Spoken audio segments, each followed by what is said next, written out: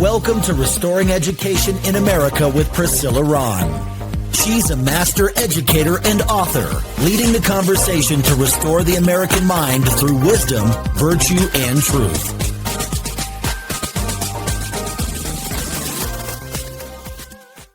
Well, hello, everybody. Welcome to another episode of Restoring Education in America.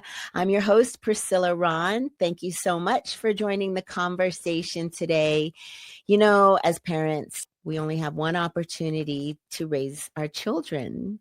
And there is a new school that's opening. It's a private classical school called Excalibur Classical Academy. And the heart behind this school is to restore America's heritage by developing servant leaders who are keepers and defenders of the principles of freedom for which our founding fathers pledged their lives, fortunes, and sacred honor. It's a private school, tuition-based. Please go to their website to learn more because the curriculum is amazing. Their website is excaliburclassicalacademy.org. They're also hiring for teachers. So if you're interested in being part of that special community from the ground up and being a part of the inaugural creation, parents, if you have children starting kindergarten through third grade, please send your children to Excalibur Classical Academy. And here's one thing I can commit to you. You will know what books are in the library. You will know what books your children are reading, and you will be a part of the education of your children. I can't stress this enough in this day and age that in Colorado specifically, we have lawmakers who are lacking virtue and character.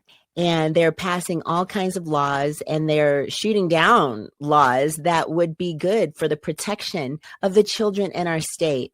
And I want to bring two of my friends. They are Leadership Program of the Rockies alumni, my dear friends, the Honorable Stephanie Hancock and Mr. Cain of Taskforce Freedom. Hi, guys. Hi. All right, my friends, we are a little bit of an anomaly to some people because we are Black conservatives and very proud of the fact that we love our country. We believe in the highest law of the land, which is our Constitution. The things that we do are mission-based. And so I just want to talk about some of the things that are going on that are impacting our families in Colorado. Okay, so let's just start with a recent one. Okay, Cain, you have some information about Scott Bottoms, who's a state rep, who introduced a bill called Children Are Not for Sale.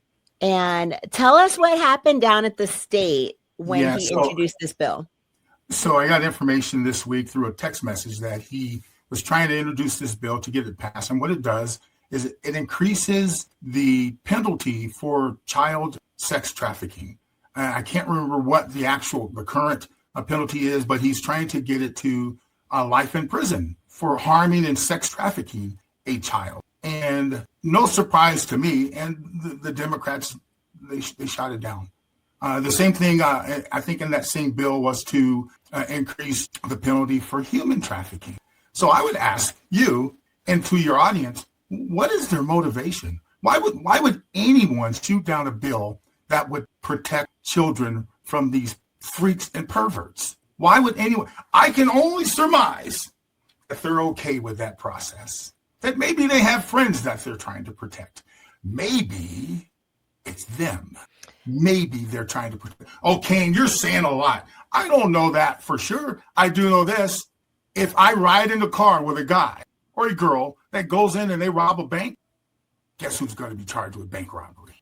Everybody involved in that situation. Are these people allowing these folks to exist to continue to harm our kids by shooting down these bills? 100%. And so I politely call them freaks and perverts. Well, let's name names. Okay, the committee members who voted against this, Javier Mabry, Representative Javier Mabry, Representative Chad Clifford, Representative Lorena Garcia, shocker, Representative Michael, I can't read his last name. He's the vice chair of the committee.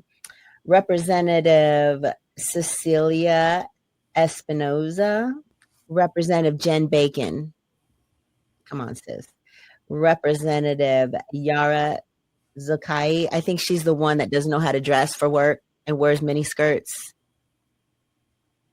I mean, she can wear whatever she wants to wear. It's America. But, it'd be nice that our state representatives would have some virtue, some decorum, some professionalism when they go down to the state capitol and take the work seriously.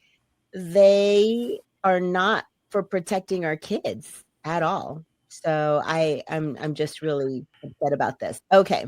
Fast forward to SB 26097. Now, Stephanie, you are a city councilwoman, and we are all freedom loving people. So let's have this conversation as freedom loving people. What is the problem with two adults consenting to what they're calling commercial sexual activity? Well, consenting adults can do whatever they want, but there is a fundamental breakdown in humanity when this bill, Colorado SB 26-097, would fully decriminalize commercial sexual activity between adults statewide and preempt local governments from enforcing their own prostitution laws. It will repeal criminal penalties for prostitution, soliciting, patronizing, and keeping a place of prostitution. This means cities like Aurora, where I represent the constituents of Ward 4, would lose the ability to prohibit and enforce laws against prostitution, even if it directly impacts neighborhoods. This thing, it's like the broken windows effects. Once you start with this, you've got all kinds of other ancillary criminal activity comes along with it. Drugs, organized crime, all kinds of things that go around that would put our neighborhoods in danger.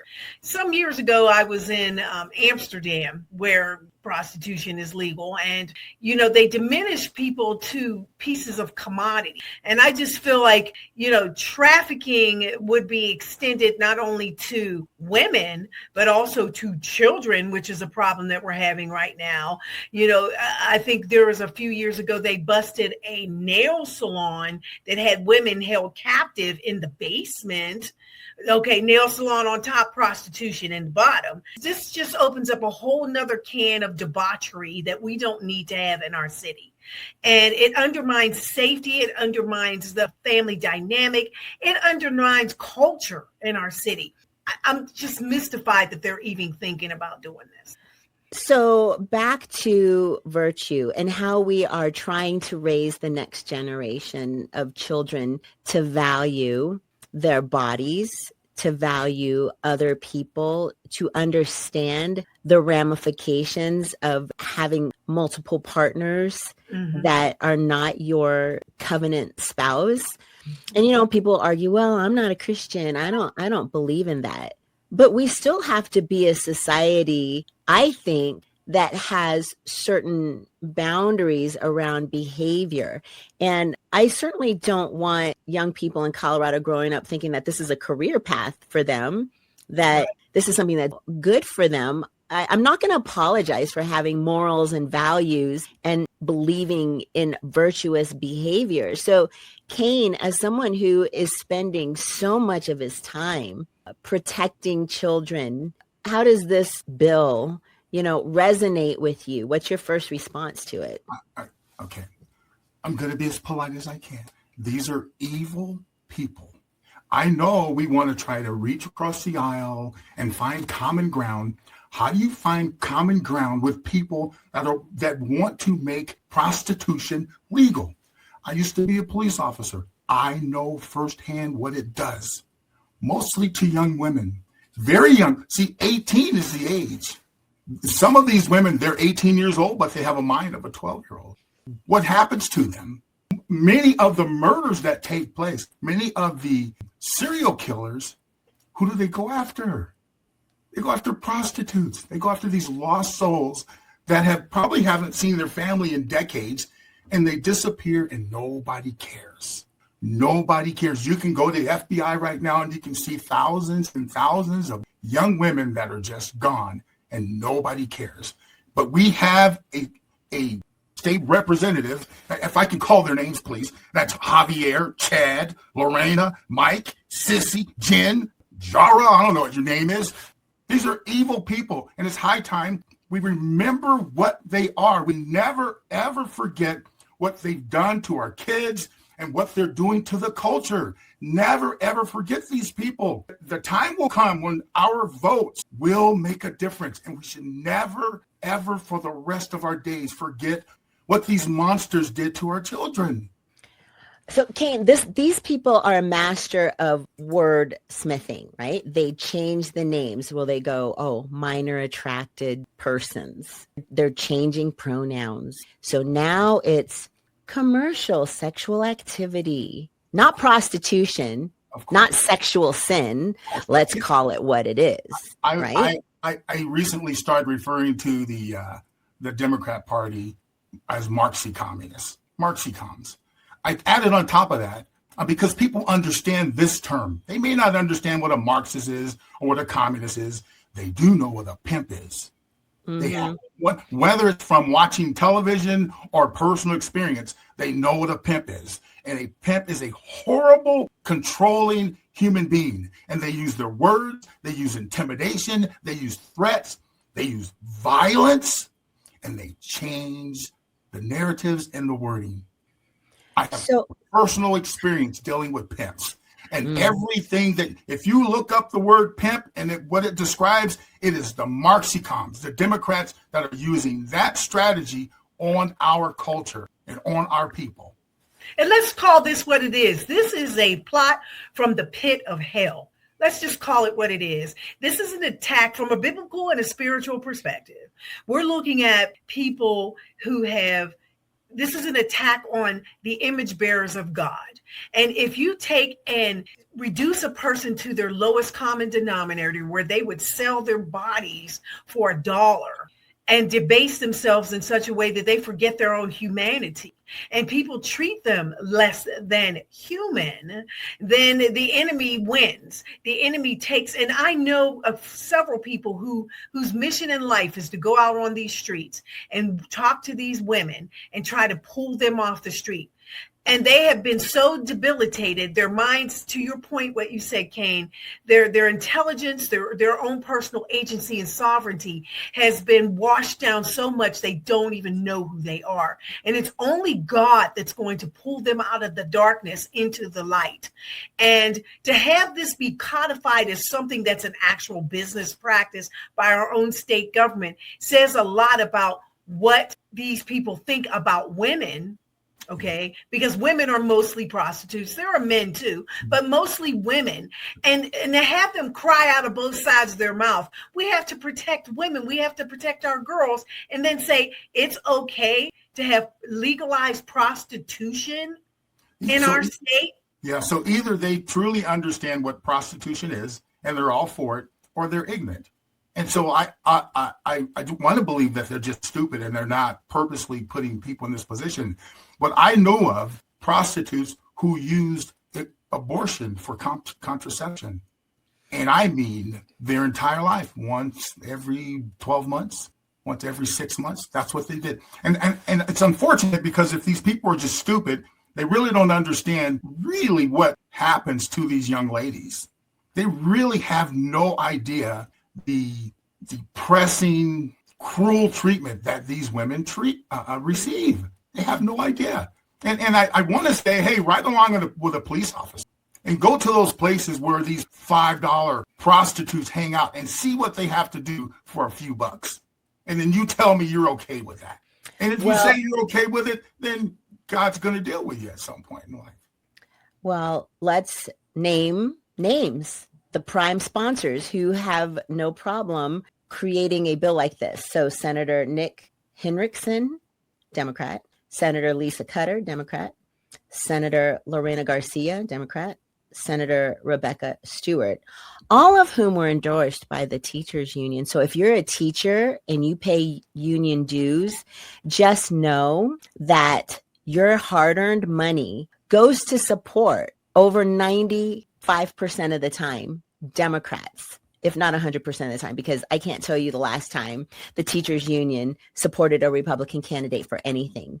They always support Democrats who create bills and pass laws that are not in the best interest of educators and children. And this is what they're doing with their time. They're going down to the Capitol and they're writing like 700 bills a year. And this is what they're doing. How does this make life better for you and I? How does this make Colorado more affordable? How does this help our veterans? How does this make sure we have more highly qualified teachers in the classroom who are well paid?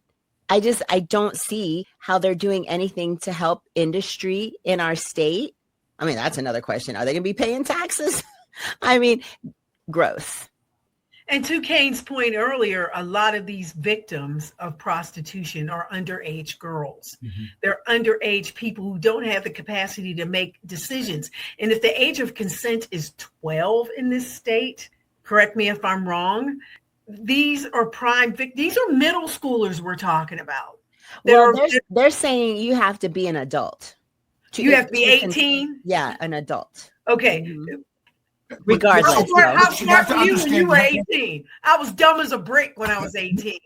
But you have to understand the strategy. So they're saying you're an adult at 18. In California, it's 16. You can consent to sex with an adult at age 16. And so they play the long game. They play the long ball. We're going to implement this rule. And then somewhere down the road, we're going to change the age of consent to 16. We're going to change the age of consent for prostitution at 16. And then someday it'll be 14.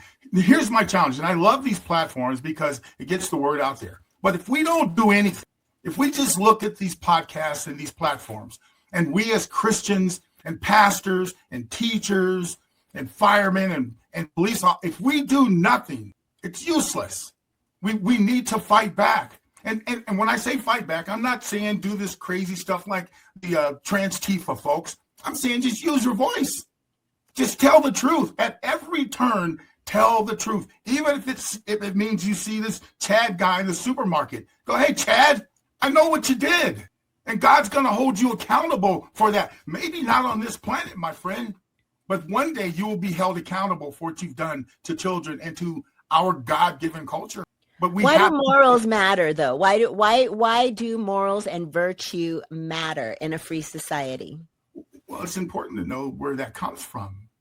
Your morals and your values come from Christ, come from God, which was noted in our founding fathers, the Declaration of Independence and our Bill of Rights. It's noted, and we were founded on the principle of God. I'm not saying which God, but on God. And when you lose that moral compass, then all of these things will take place. Well, there's only one God, so we know which God. Yes. but we do have choices, but we do have laws. I only say that because our founding fathers said God. They did not specify a religion. Correct. Yes, and alienable rights do come from God. Yes. And for us as followers of Christ, as believers, yes, which I am, I believe that our founders, believe the rights such as life, liberty, property, pursuit of happiness came from our Creator, from nature's God, not from kings, queens, or legislators. And so for us, no one can take that right from us. But if you allow the most vulnerable among us to be victimized, then how are we protecting the inalienable rights of those who are also created in the image of God? We are held responsible as legislators, as followers of Christ, as members of the church body, as citizens of this country. We have an obligation to protect those who are most vulnerable among us and not allow these predators, this is predatory in nature, to disrespect and deface the God-given people that we are, that are inalienable rights as citizens by our Creator. And we have got to fight back. I urge every single person, if you're mad about this, because I'm mad as heck, write these people, call these people, show up at the hearings. When this bill is introduced, you need to go down there and force. And here's the thing that makes me very disheartened and sad is that because of our lopsided legislature right now, even if a Republican comes and says this is wrong, we shouldn't do this, because it's very partisan, even if they know it makes sense, they'll vote against it. And then we'll have this mess that we'll have to contend with for generations to come. There's a real deep level of darkness in your heart, or an absence of God, in order to present and write a bill like this. There's something just not right. I'm sorry. Say that again? Can I say this? Nothing surprises me from these Marxist cons. And let me explain why. When you're okay with killing a baby on the day that it's due, anything and everything is possible from you evildoers. As they are here in Colorado, as they celebrate it in New York City, when you can kill the baby on the day that it's due, as long as it's not out, it's not murder. You can kill a 9-month-old baby in the womb. They are capable of doing and writing any bill that destroys humanity, and they don't care. This is evil people, don't want to reach across the aisle. I don't want to find a level playing ground with these monsters. The thing that needs to take place is they need to be voted out of office, period. So, Cain, what surprises me, and Stephanie, there are folks down at the Capitol who are professing Christians who constantly vote against morals, values, virtue, and yes, God's law. And I don't see how you separate your walk with God, because God's law is higher than man's law.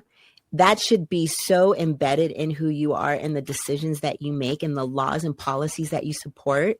And these are common sense things. And I could make an argument that our nation was founded on Christian principles, not a denomination, not Baptist or Catholic or Protestant, but on Christian biblical values. Yes, because our nation was not based on Sharia law or any other religious laws. Our laws are not based on Buddhist laws. Our laws are based on Christian laws and how God has designed our society to look. And people can argue all day long that it's not, but evidence is in our Constitution, in the language in our Constitution and our Declaration. So I think we're missing this fundamental piece of understanding our heritage in America about how we make decisions that are good, moral, upright, based on truth, based on virtue.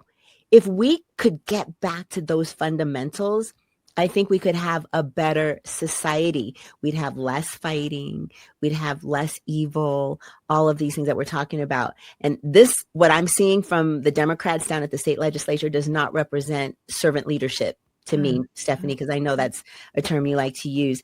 We have a little bit of time left. I know there was a paper that you guys were talking about. Who wants to jump in and talk a little bit about it?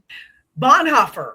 Dietrich Bonhoeffer. The theory of stupidity. Yes, the theory of stupidity. I mean, we're sensible people. And this is how, before in the Third Reich, how so many people, intellectuals, educated people, were ruled by the mob and threw off common sense, embraced lunacy, and ended up killing millions of people as a result.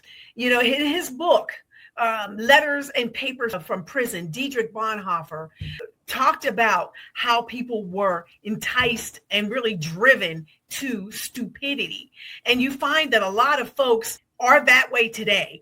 They cite, and where you see intellectual people become stupid, they will cite lines like, well, everybody does it. Well, the left is just as bad as the right.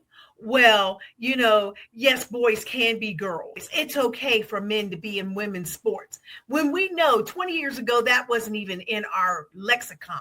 And it has become part of who we are today because the mob and the pressure of that mob has turned people's sentiments, and they've left common sense behind. They've moved that Overton window, if I'm not correct. And one of the things he had mentioned, and I only had 2 pages, part of the book, and he had mentioned how you can't negotiate with these people. You can't compromise with them because of what you're saying. They just have these mantras that they repeat over and over again. And so I say, I don't want to reach across the aisle. I want these people removed through our election system. That's the only way we get to win this battle. That's the only way we can change the direction of our state and of our country by removing these evil animals. Yes, they do profess to be Christians. That is not for me to judge. Someday you're going to stand at that gate and you're going to have to atone for the things that you've done in life and what you've done to other people. And let me just read this little bit from his letters from prison. It says, upon closer observation, it becomes apparent that every strong upsurge of power in the public sphere, be it of a political or religious nature, infects a large part of humankind with stupidity. The power of one needs the stupidity of the other. The process at work here is not that particular human capabilities, for instance, like intellect, suddenly atrophy or fail. Instead, it seems that under the overwhelming impact of rising power, humans are deprived of their inner independence and more or less consciously give up establishing an autonomous position toward emerging circumstances. I think one of the other, they get beat down to the point where they accept it. Yes, ma'am. I think one of the other things he says that it's the stupid person is worse than the ones with malice. The ones with malice, they're predictable. You can see their pattern. Stupid people react in ways that are not conforming to any logic at all. And so they're worse. Like we had mentioned the lady that got shot 4 times in the face. That police officer had no idea that this lady who looked normal was going to try to run him over. And now she's dead. The gentleman that showed up to the we're going to say the riots, but to the protest with the ICE agents and picked a fight with them. And so they're wrestling with this guy, and one officer screams, "Gun." I know how this works. When he screams gun, everybody, all the officers are pulling their gun out. And he got shot multiple times. Because why? He's stupid. He died for nothing. His life meant nothing because people on high convinced these stupid people to go out and protest to fight for criminals. That's got to be stupidity, right? Well, you guys, I'm looking at the time. We could go on, but we have to land our plane. And I really appreciate Stephanie, Hancock, and Cain coming on and talking about what's going on in our state. And we do need people to turn out to the state capitol and speak to the legislators. But to my listeners, thank you so much for tuning in, and catch me next time. And remember, educating the mind without the heart is no education. So seek wisdom, cultivate virtue, and speak truth. Thanks for tuning in to Restoring Education in America with Priscilla Ron. Visit PriscillaRon.com to connect or learn how you can sponsor future episodes to keep this message of faith, freedom, and education on the air.